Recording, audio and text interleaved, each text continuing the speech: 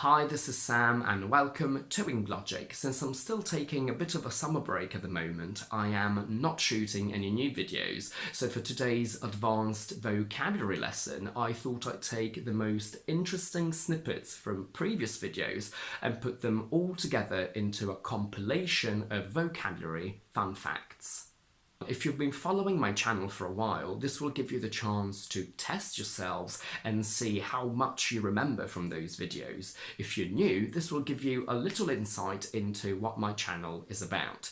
I will link the full videos that I'm taking these bits from in the description and also as cards over here.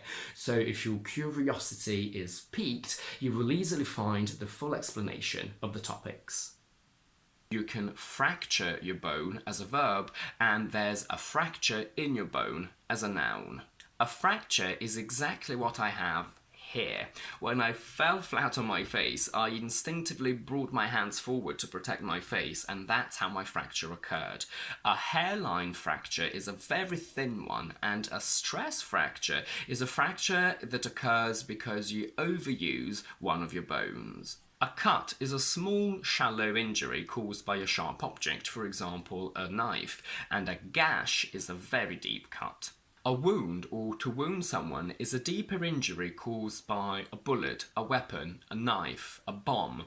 And given what's happening in the world right now, you might hear or see the word to maim, which means to injure someone severely and often permanently. Usually this happens when we talk about the war. You would hear that soldiers were maimed in the attack, meaning that they may have lost their limbs or their eyes permanently. Careful with the pronunciation of this word. When W-O-U-N-D refers to injury, we say wound, but it's also the past of the verb wind, which becomes wind, wound, wound.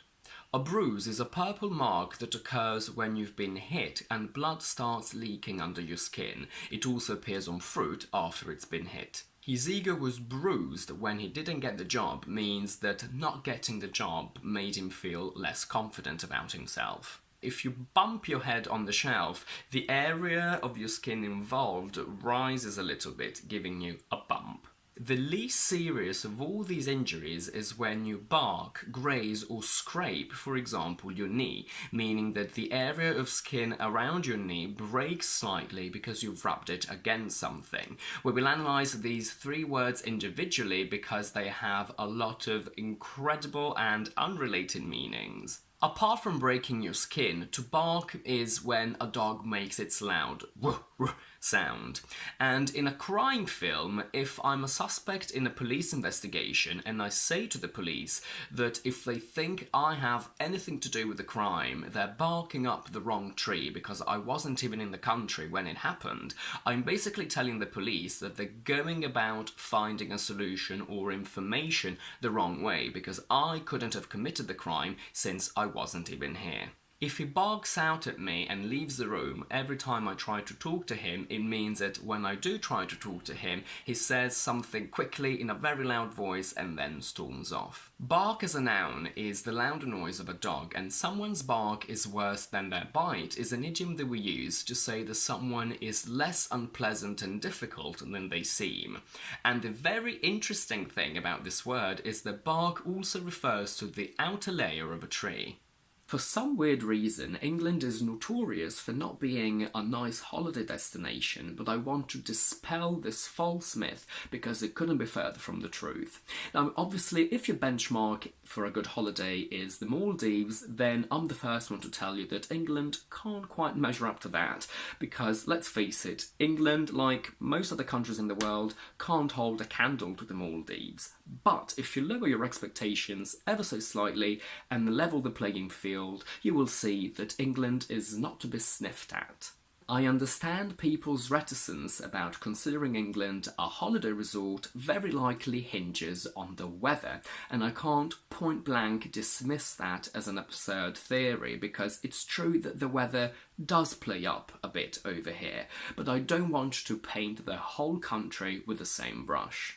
It's true that the weather here tends to be a little bit more fickle and unpredictable than in other countries, and the further up north you go, the colder it gets, but we still get long periods of enjoyable weather over the summer, especially in the south. Thanks to COVID, I got the chance to explore England a little bit more, and in 2020 I went to Dorset, a county in the southwest of England, famous for its beaches, and it was glorious.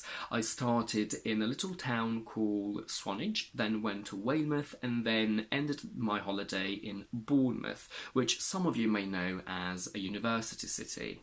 Bournemouth is our prime beach resort, I would say, and it has sandy beaches, which I like much more than pebble beaches. There are obviously some hidden parts with pebbles, but most of the beaches are sandy.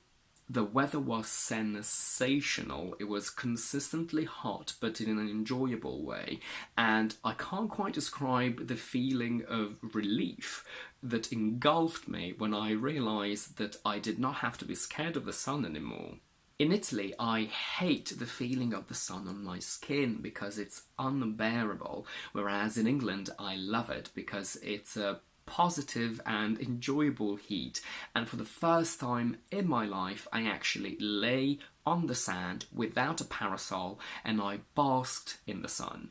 Earlier we talked about Lent, which is the 40 days that Jesus spent in the desert, and it's spelled L-E-N-T. But the sound Lent give us two more words. They give us the past of lend, which means to let someone borrow something from you. Lend, lent, lent.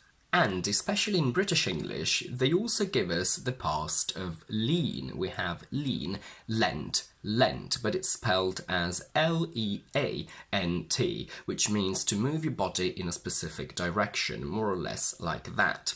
It's also lean, leaned, leaned, but as I said, in British, we tend to prefer lent. Float is a wonderful word to analyse because as a verb it means to stay on water or a liquid without sinking, or to make something do that. If I say I love watching the clouds floating in the sky, that means that they move slowly through air and in the sky.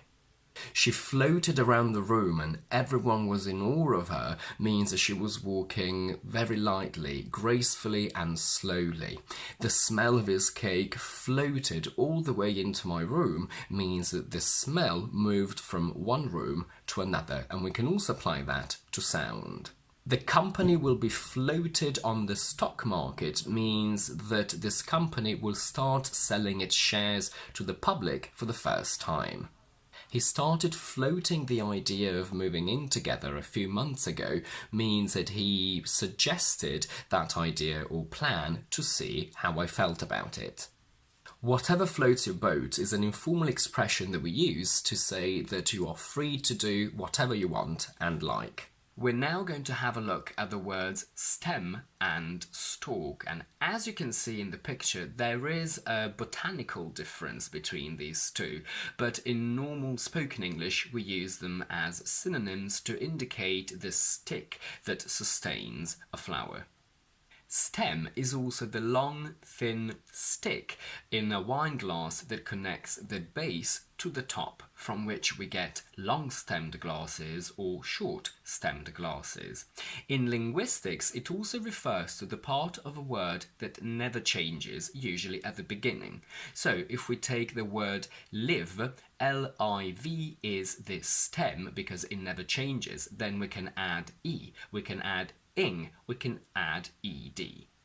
As a verb, to stem is a very sophisticated word that is brilliant for formal English and exams, but it's not ridiculously sophisticated, so you can use it in your everyday English and it's just very good English. If I say that you need to apply pressure on the wound to stem the bleeding, it means that you need to stop the flow of a liquid, in this case, blood.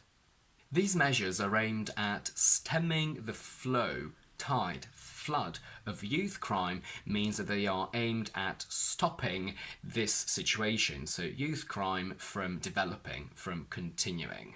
My abandonment issues stem from the fact that my dad left when I was a child, means that my abandonment issues originate and develop from that fact as a result of it.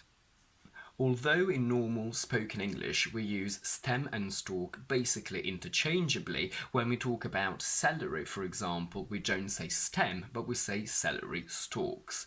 A stalk is also some kind of long, thin object, for example, the one that supports the eyes of a snail. And with that idea in mind, if I say that someone's eyes are out on stalks, it's a British informal way to say that someone looks very shocked and surprised. Unfortunately, to stalk as a verb is used a lot nowadays, and it means to follow and watch someone for a long period of time in a threatening way, from which we get the word stalker. She stalked out of the room means that she walked out of the room angrily, but it's a very literary way of describing this action, so we don't really use it like that. But we do say that fear stalked the streets of the city, which means that fear affected the area and the people that live in it. A little fun fact for you is that the sounds stalk spell S-T-A-L-K, but also S-T-O-R-K, and that describes the bird that in some cultures brings children. You can actually get onto the Hogwarts Express and see where the actors sat, and here we bought a chocolate frog and Bertie Bott's every flavour beans. Now, the chocolate frog was amazing. I thought it would be hollow, but when I bit into it I realised it was full of very good milk chocolate. But the beans, I mean, some of them were good, but some of them were absolutely vile and revolting. You get flavours like earwax, bogey, vomit, dirt, and a couple of them actually made us retch, so we had to spit them out. They were absolutely repulsive, but still an experience. Speaking of food, after the train you go into our second food court. We didn't eat there because the queue was massive and my brother is a celiac, but we did queue for the famous butterbeer, which, as you may have heard from other people who have been to the studios, was a huge disappointment. The froth is fairly nice because it's buttery and thick, but the liquid underneath is completely inconsequential. It doesn't taste of anything, it's just fizzy and that's all you taste. But just like the beans, it was a good experience. You can go into Harry's house and the greenhouse where you can pull out a mandrake, just like in the films. You are then taken to an area where they show you various models of monsters and creatures, Dobby included. After that, you went to the most majestic part of the tour, which is Gringotts. Obviously, the pictures do not do it justice, but the jaw-dropping elegance and pomp of it all were just stunning. I kept going back and forth to take it all in. You then go into the vaults and to a second set of Gringotts after it's been destroyed. And when we went, there was a hologram of a dragon stomping its way towards us until it breathed fire at us. And of course it was all fake, but we all shuddered and jolted backwards a little bit because it felt very real. You then walk through Diagon Alley and the tour ends on something I did not expect at all. You walk into this room where you see a model of the whole of the castle. It's quite big and you can walk around it because the stairs spiral downwards, and it shifts from day to night, so they project fireworks onto it at night. We all just stood there in complete awe of how touching and beautiful that was, and for fans like me, it was actually very emotional. I hope you've enjoyed this tour and learned a few new words along the way. For someone like me who literally grew up with Harry Potter, it was a sensational experience. It really struck a chord with me, and I highly recommend you go and see the studios for yourselves if you ever get the chance to. Unfortunately, this video is not sponsored by the studios, so I can't even give you a discount or anything, but you can ask your friends for a ticket as a birthday present. Before we go, you may have heard that a Harry Potter TV series is in the pipeline and in the works, so I'd like to know what's your stance on that. Personally, I am not a big fan of remakes and reboots, especially considering that Harry Potter only came to a full end 10 years ago. I think the original one is still so relevant that there's no need to revive it just yet, and I'm terrified it might backfire. I might just give it a go out of sheer curiosity, but I'm not holding my breath. Let me know in the comments how you feel about it. And that's it for today. If you like this video, please don't forget to give it a thumbs up and to subscribe to my channel down below. And do let me know in the comments how you feel about the tour, about Harry Potter in general, and how much it means to you. In the meantime, I'll see you next Tuesday with another explanation video.